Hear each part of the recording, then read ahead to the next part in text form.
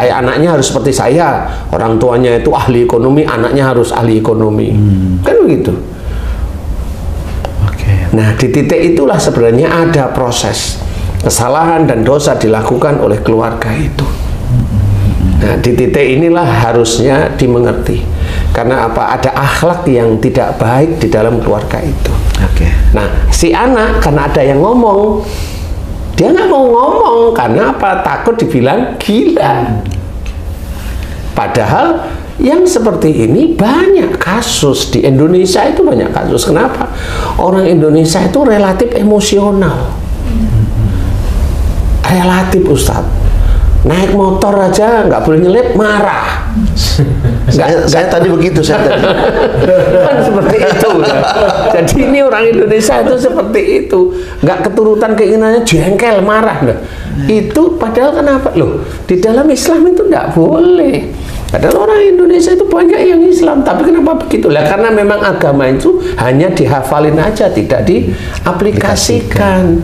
Padahal kita juga harus paham. Hampir semua orang Islam di dunia tahu la taktub walakal jannah, itu tahu pasti. Tapi aplikasinya enggak, karena cuma hafal aja. Dia nggak ngerti dia, walaupun dia itu tahu hadis tersebut. Nah, inilah yang menjadikan si anak itu masuk terus-menerus berbulan, bertahun, akhirnya kolab lah. Kumulatif ya. Kumulatif, akhirnya ya itu tanda tangan itu akhirnya bunyi di sini. Seperti itu. Jadi bunyinya sama. Bunuh ayahmu, bunuh keluargamu, biar kamu bebas. Itu kalimatnya macam-macam, Ustaz. Karena ada mamanya ibu-ibu muda, mamanya ibu-ibu muda itu ya punya anak dua masih kecil-kecil. Di sininya bilang bunuh anakmu. Sangat banyak yang seperti itu. Nah, kalau saya tanyain, ingin sembuh bener nih, Mbak, kan gitu nih. Iya Ustadz, beneran nih. Iya Ustadz, saya nggak ingin suaranya ada. Oke, sekarang kita cari, kita analisa dari mana suara itu muncul. Mau. Intinya cuma satu, benar nggak? Nah, ini pertanyaan saya, benar nggak? Kalau salah bilang salah ya Mbak, tapi jujur. Benar nggak Mbak? Kalau Mbak itu sering menyimpan marah sama suami, ya tersenyum deh. Betul Ustaz. Kenapa menyimpan marah sama suami? Umpama saya kasih tahu nih Ustaz, suami saya itu kerja kemudian di PHK. Setelah di PHK itu malah nganggur di rumah, nggak kerja. Lah kan masa saya cari uang Ustaz? Lah kan saya itu nganjurkan, ya kamu mau ngelamar kerjaan sudah, kamu aja yang nggak tahu, dimarahin. Lah lama-lama kalau wanita dimarahin kan ya takut, ya. Wanita dimarahin terus sama suaminya takut, tapi kalau wanita dibiarkan sama suaminya berani istrinya. Nah, ini akhirnya dia paham, si mbaknya tadi paham. Oh gitu, ya jangan gitu loh, suami saya malah marah Ustaz. Jadi saya sebenarnya ya dongkol, tapi kan karena saya nggak mau ribut, jadi saya diem tapi nyimpen marah. Iya, nah, diakui. Nah, kalau Mbak ingin sembuh karena Allah, mulai hari ini Mbak tidak boleh marah dengan suaminya. Kan kalau suami saya belum mau kerja, didoakan pada Allah Ta'ala, Mbak belajar untuk yang lebih tenang, lebih mengerti, lebih memahami. Cari kerjaan zaman sekarang itu ya susah. Coba diajak suaminya, tidak hanya cuma ngelamar pekerjaan, diajak untuk ibadah yang lebih baik. Baca Quran kalau nyantai, kalau nganggur banyak baca Quran. Jangan nongkrong sama teman-teman, itu harus dibatasi. Nah, itulah yang namanya merubah nasib, tapi tidak lewat pekerjaan, tapi melalui perbuatan baik.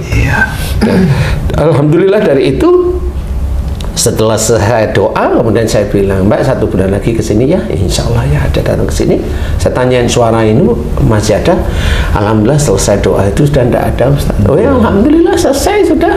Nah, seperti itu. Jadi kasus skizofrenia atau halusinasi ini di Indonesia itu sangat banyak. Dan kasus di tempat saya yang paling banyak halusinasi. Halusinasi itu paling banyak.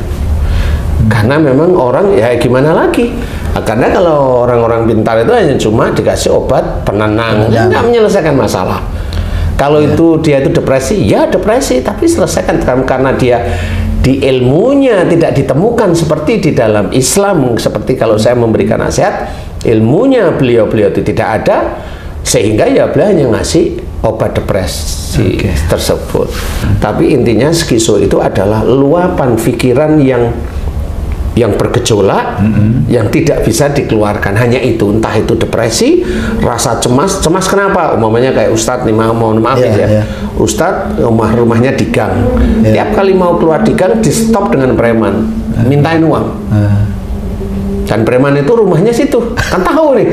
Minta. Lah, lama-lama kan ada perasaan takut karena premannya lebih tinggi, lebih gede daripada Ustadz. Nah, ini kan lama-lama ada depresi kecil sedikit demi sedikit, akhirnya muncul kecemasan. Suatu ketika, umpamanya ini hanya perumpamaan.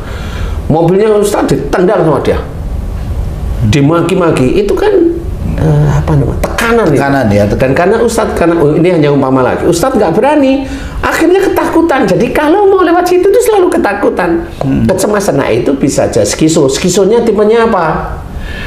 Orang yang seperti itu, cemas itu diancam, biasanya orang itu selalu buka korden, nutup pintu, selalu nutup. Karena apa? Khawatir. Ada ngomong di sini, kamu dicari mau dibunuh. Nah, seperti itu.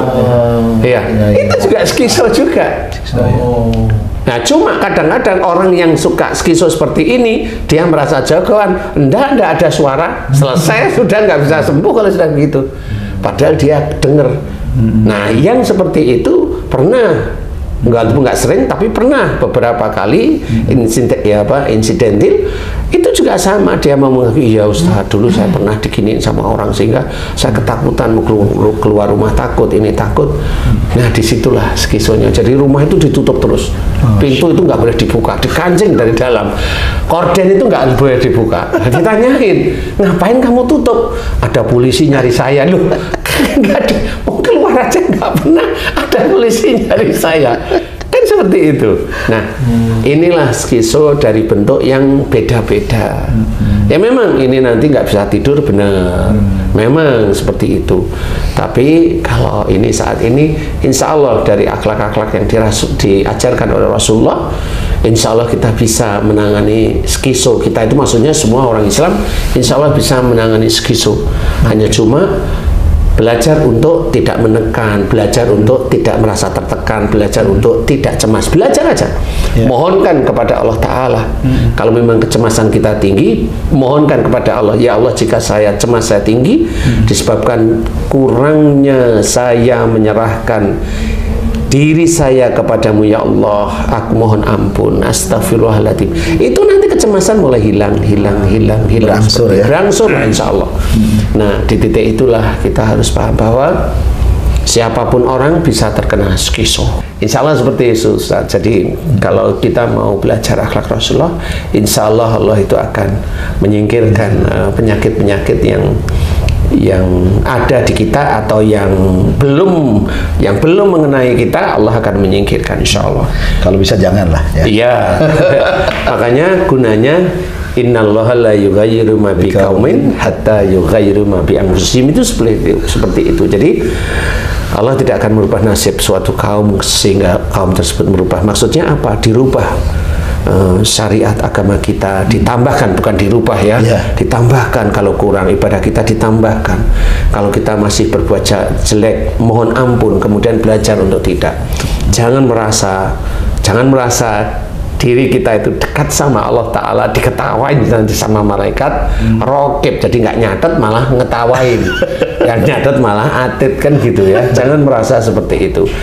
Insya Allah kalau kita diizinkan oleh Allah Ta'ala mampu, ya kita aman-aman aja, keluarga kita aman-aman aja, ibadahnya lurus, tauhid lurus, akhlaknya insya Allah mudah-mudahan baik di hadapan Allah Ta'ala. Ya mudah-mudahan besok kalau diizinkan meninggal oleh Allah Ta'ala, itu kan mudah-mudahan doa kita itu mudah-mudahan diizinkan masuk surga, itu keinginan kita ya. Amin ya rabbal alamin. Wallahu a'lam. Oke, sedulur beriman, jadi ternyata setiap orang yang pertama itu bisa saja terkena oleh schizophrenia itu tadi ya. Adapun pintu-pintu untuk masuk skizo itu ternyata bukan hanya dari penekanan ya, bukan hanya dari marah. Ternyata merasa diri suci, merasa diri lebih baik daripada yang lain, itu justru pintu juga ternyata untuk masuk zizo itu ya, Masya Allah. Ini mengerikan. Berarti mulai sekarang sebelum beriman ya, terhadap anak jangan terlalu memaksakan, karena ada keterbatasan di dalam menerima keinginan kita ya. Artinya anak ini kan masih perlu bermain. Nah, kadang-kadang kita ini emosi juga karena anaknya pengen sama seperti dirinya, mungkin sukses, pinter segala macam, tapi anaknya tidak sama juga dengan kita kan begitu. Maka ini perlu diperhatikan. Yang kedua tadi, pintunya untuk zizo itu karena ternyata merasa diri hebat, merasa diri suci, merasa diri lebih tahu dan bla bla bla bla. Ternyata itu juga sangat memungkinkan untuk menjadikan seseorang schizofrenia.